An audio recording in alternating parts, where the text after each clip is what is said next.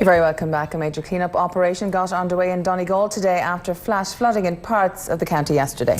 Two rivers in the Derrybeg area burst their banks, leaving homes and businesses submerged. Council workers in Derrybeg today tried to clear some of the damage caused by yesterday's flash floods. Businesses and homes were submerged in water when two local rivers burst their banks following torrential rain. These residents in Strana Corker were left stranded when a nearby bridge collapsed. They say they have no safe way of getting into the town. River rose by 15 feet in 3 hours and it completely washed away the bridge, as you can see. And now we've 10 families on this road now that have that can't get out. We're virtually on an island. With infants and elderly among the residents, fears are growing as to when they will be able to get supplies. I mean, people have to get out of their houses.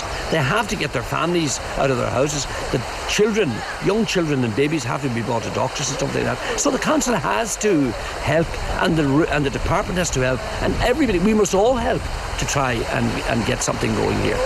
Emergency situation. Officials say there are no fears of more flooding in the near future, but there will be no quick fix for the damage caused by the floods. Caroline Tuhig, TV3 News.